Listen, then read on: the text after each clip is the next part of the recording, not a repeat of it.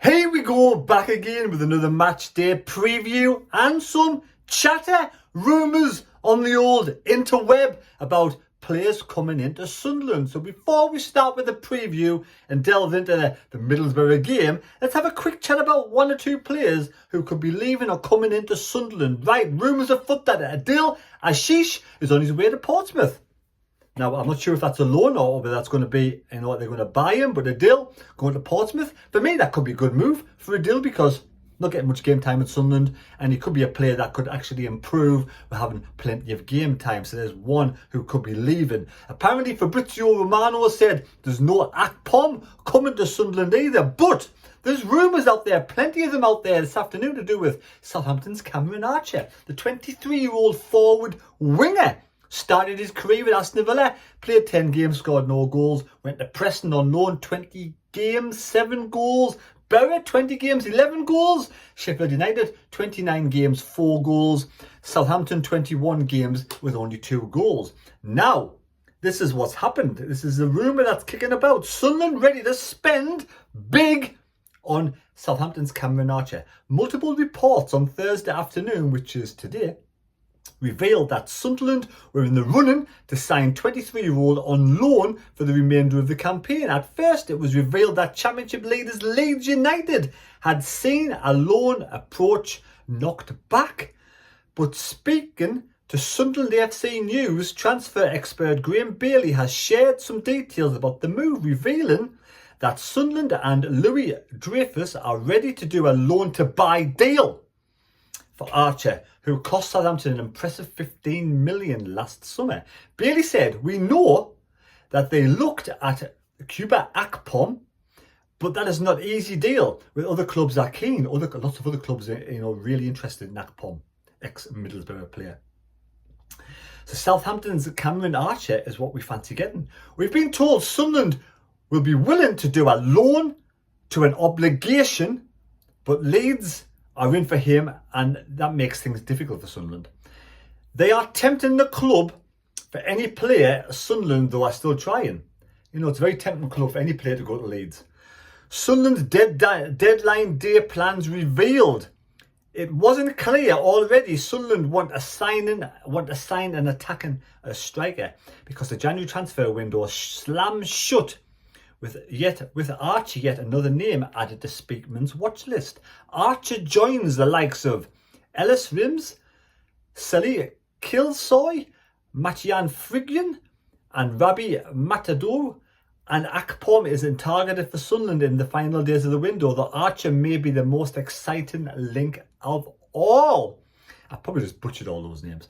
He's a player with clear potential and ability, but he's not just found a home to settle in just yet, and it seems early days at Southampton and these poor performances, Southampton's poor performances, shall we say, not Cameron Archer.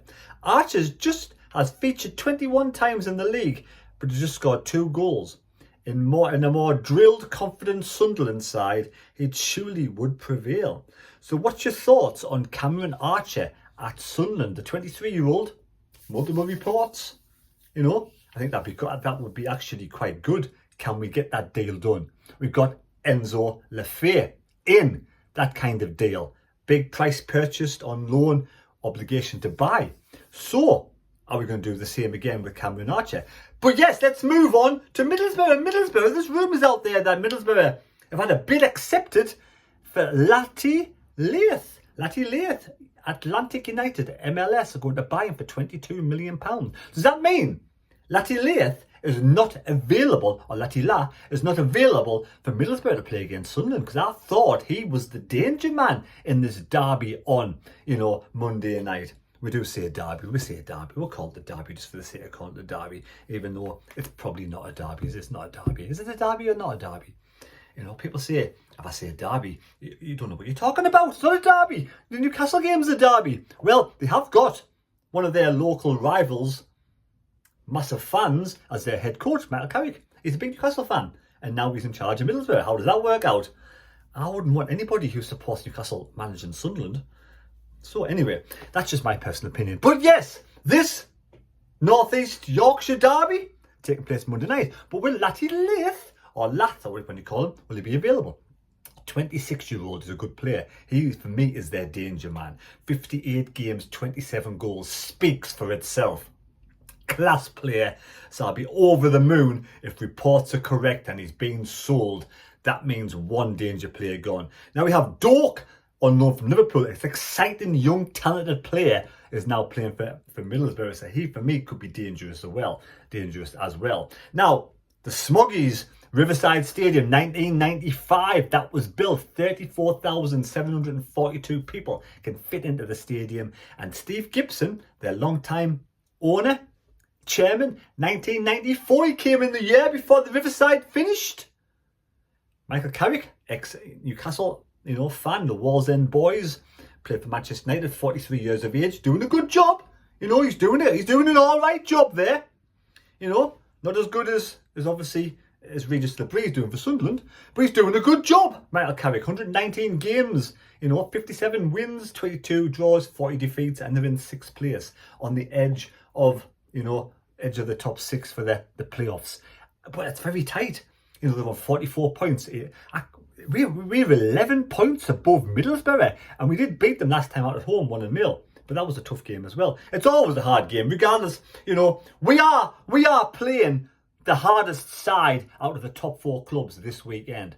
Middlesbrough away, tough game.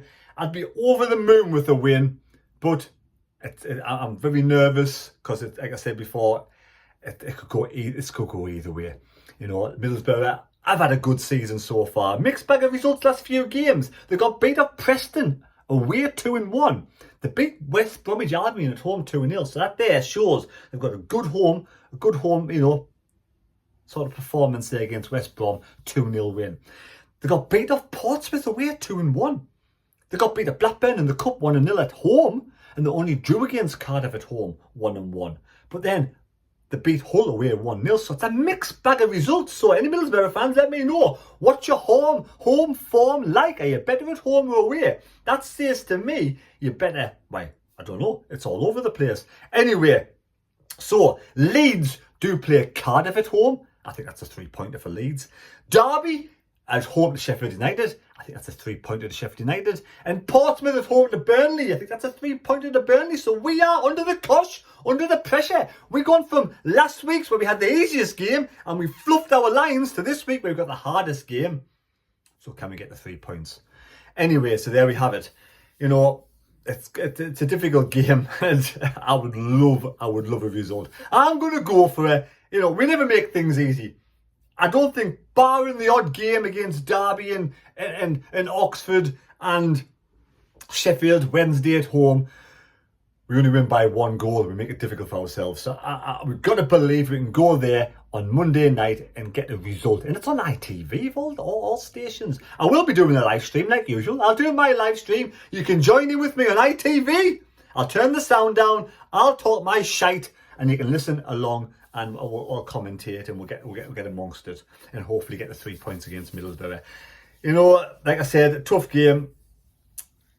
I'm going to go for a 1-0 win. I'm going to go for an Isidore winner. Put a smile on Isidore's face. He scored it last week, but let's get a winner. Let's get a winner and let's not let a goal in.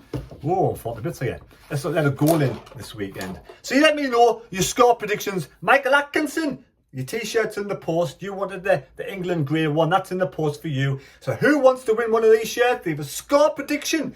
Got to be a subscriber to enter. So subscribe to the channel if you're new. We're only 400 plus away from 20,000 subscribers. So everyone counts. If you haven't yet subscribed, it's free to do so. Be much appreciated. Leave your score predictions down below and a goal scorer for a chance to win one of those 3 shirts. So there we go. Let me know your thoughts down below. I may have a better preview from Stephen Hensel at the end of this video, or I may not. It may be just a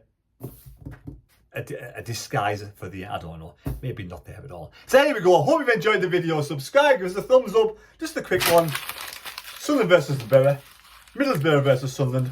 North East Derby or Yorkshire? North Yorkshire? North East Derby? You let me know down below in the comments. It's always going to ravel. We say it's a derby, but we say it's in a derby in in very faint terms, because obviously we know who the real Derby is, and we'll beat them next season if we get promoted. Right, take care everybody, see you later. We'll see you for the live stream. Like I said before, let me know your thoughts down below, and let me know your team news. Oh yes, team news. Well, what should we do against Middlesbrough? Should we set up like we did against Plymouth, against Middlesbrough, but without having Samid in there, have Lafay in the middle? Do we go Lafay, Chris Rigg, Dan Neil, Job? Which three of those four do you put in the middle of our team? Well, for me, but to be fair, I don't think we can drop any of the midfield three. We're going to have Dan Neil, Job and Chris Rigg in there, so Lafay may have to go on the left-hand side just now. But if he's going to rest the midfielder, Lafay goes into the middle. To Brucey, it's a no-brainer for me. It looks as if Mienda may miss out again and end up being on the bench again, unless he starts over and Roberts is on the bench. Would you go 4-4-2 against Middlesbrough? Would you go 4-4-2? I don't want to take, let's face it. We cannot take any game lightly, and especially this one. This one's going to be a hard game, regardless. Let's hope we come away with the 3 points. Thank you for watching. Take care. We'll see you next time. Goodbye.